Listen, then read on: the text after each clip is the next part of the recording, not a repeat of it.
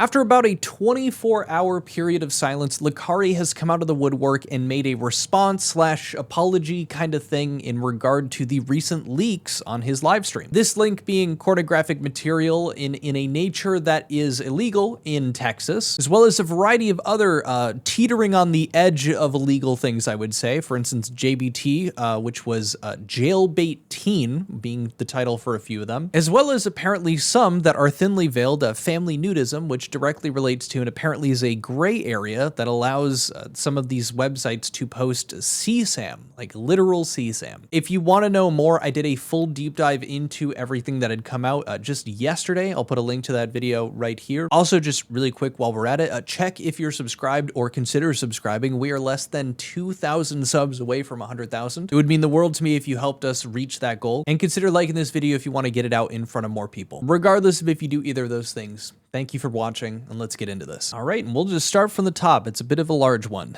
During my last stream, I opened a notepad which revealed a link. The list in the link included titles that suggested child abuse material further down. I have never consumed this type of content, nor do I think it's acceptable. That part there will be important. I have never consumed this type of content, nor do I think it's acceptable. I decided to keep streaming in an effort to downplay the severity of the situation, which was deceptive. This was a mistake that I deeply regret and apologize for. The link gave access to abusive material for anyone to see. This is serious and harmful. I recognize that trivializing abusive material on stream is not okay and can lead to real harm. It's my responsibility to provide a safe space for my community and peers, in which I failed to do. I am taking real steps to change my ways. I've admitted myself into a porn addiction recovery program that will last 30 days. During this time, I'll be able to work out there.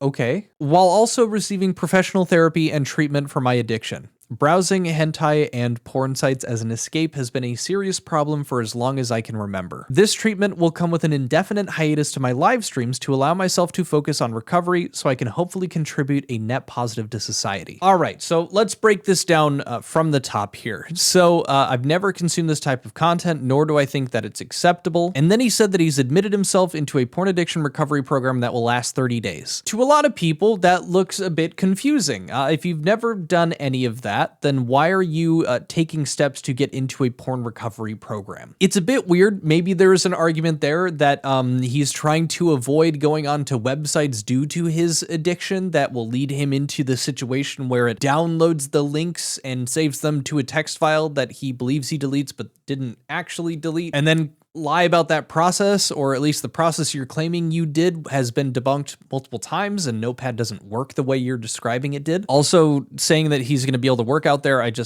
that's strange. Now, to kind of go further along into that, there was a reply here, and this is from Chudlogic's producer. He's a YouTube/streamer, and he ended up saying, any chance you could explain this? And this links to a post that was made by Irrational Chad here. One thing people missed as the main clip circulated was heavily censored, which is what you guys have seen with the green box censoring. Lacari had the link highlighted when he opened Notepad. This would suggest that he had copied the text to paste into a web browser, which really goes against the idea the file opened without his knowledge. And so here you can see with the censoring here that it was highlighted in blue. Now, this isn't like a very huge deal to me, at least, because Lacari had admitted in his stream when this happened that he did click on the link, or he had copied it and pasted it into a browser, I believe, and that's when he saw the stuff and then apparently deleted the files from his computer, but he hadn't. But on top of that, another comment that was posted under this kind of response apology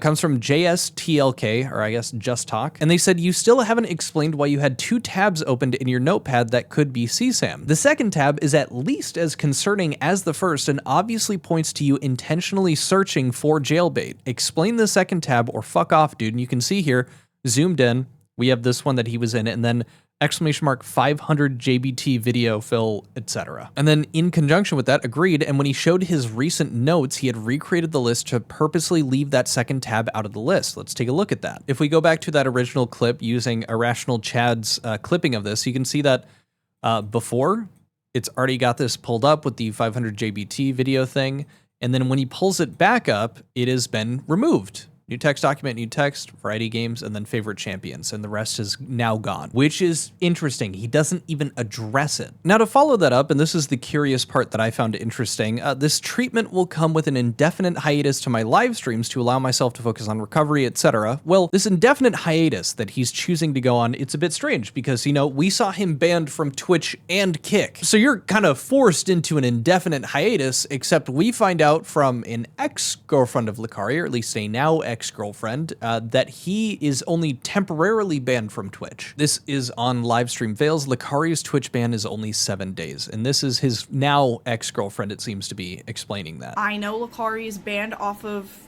Twitch and Kick. I'm very aware of that. I know his Kick ban is permanent, and his Twitch ban is, I believe, temporary, 7 days.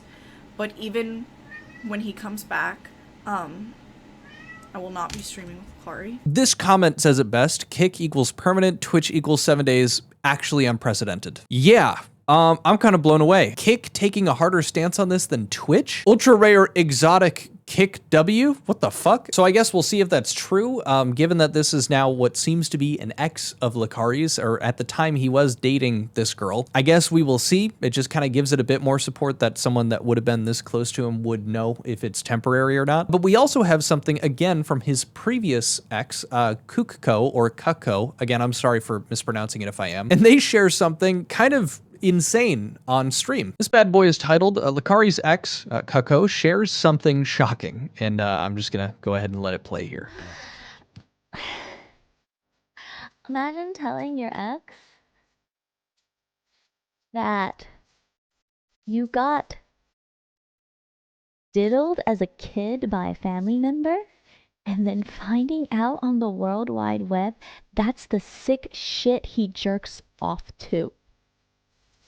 And now you question every interaction with him, thinking, is he getting off to the ideal? Now, if you were in the position that she was, and now having experienced that, you know, finding out online that this person that you had been dating had a link on their computer saved with a title next to it that indicated that they were viewing content, or suggested that they were viewing content that related to or was a role play of an experience that you had as a child that was incredibly traumatizing, I think you could understand second guessing every single interaction that you had with that individual. I myself would be doing the exact same thing. That's horrific. To hear, you know, just as us viewers hearing about this insight into their relationship, and also unfortunately hearing about what they've experienced, I cannot imagine being in a position where now all of it comes into question, that this very personal shit that you've shared with someone ended up being something that they might have gotten their rocks off to. And now I know I've been kind of jumping around, you know, showing these other clips, giving some additional context to his like apology thing, but this is an apology, and I think we're kind of past this being like a, oh, this can be rectified by saying sorry and going to therapy, things like that. More than this just being incredibly morally depraved in what he's, you know, potentially had access to on his computer and had saved, this is downright illegal. And I know this may be a surprise to some of the viewers watching, but Asmongold has a very base take when it comes to this, and made this point himself on stream. It's really about whether you had that stuff on your PC or not. I mean, I don't think that a lot of people are going to really accept an apology. It's an actual crime. We're transcending internet drama, right? There's internet drama, and then there's crimes. And then it needs to be dealt with by the FBI, the police department, or some other type of agency. Like that's 100% what it has to be. No, he's a friend. Yeah, it's what happens, right? But either way, I mean, it feels weird. It does feel very weird, but at the end of the day, I mean, you have to have an investigation for something like this. It's not even a question. It's not even an opinion. It's not even anything other than it just being completely obvious, right? If there is any genuine child sexual abuse material, I want to see a punishment for that. I don't want to see it get rolled over, ignored, or anything else. Like, that's the most important thing to me. Not internet drama, not whether he gets banned or not. No. Like, this could be a potential crime. Like, crimes need to be dealt with not on Twitter, not on LSF, in the law. Honestly, could not agree more. Regardless of obviously me being a drama content creator and covering this kind of stuff, I think when it gets to a severity like this, an investigation just needs to happen. I think it would be in Lacari's best interest too to clear his name if he truly believes that this was accidental and wasn't supposed to happen, or like, you know, he didn't actually have this stuff on his computer in some possible way. And I think truly, if, you know, what the allegations are as they are right now end up being true, then yes, he should be facing legal consequences for having this content. Engaging in any of this, regardless of this being like an addiction or any other way that you try to see this, endangers children across the board. And for me, it's just always nice to see a content creator recognizing it for, you know, the stakes that it has and saying, hey, let's let the authorities figure it out. So truly do hope that investigation happens. And as of right now, that is all we've got. I've got a Mizkiv video to cover tomorrow. It appears he is going after Tectone, and it might actually prove to be very interesting. Might even have proof that Tectone was viewbotting at one point, but we'll see that in the next video. I hope you guys enjoyed this. Pop out for the potential live stream, if not just the video tomorrow. If you enjoyed this, like the video, like I said in the beginning, subscribe so you get a notification when the next video goes live, or I myself do, and I'll catch you guys later. Adios, peace, bye.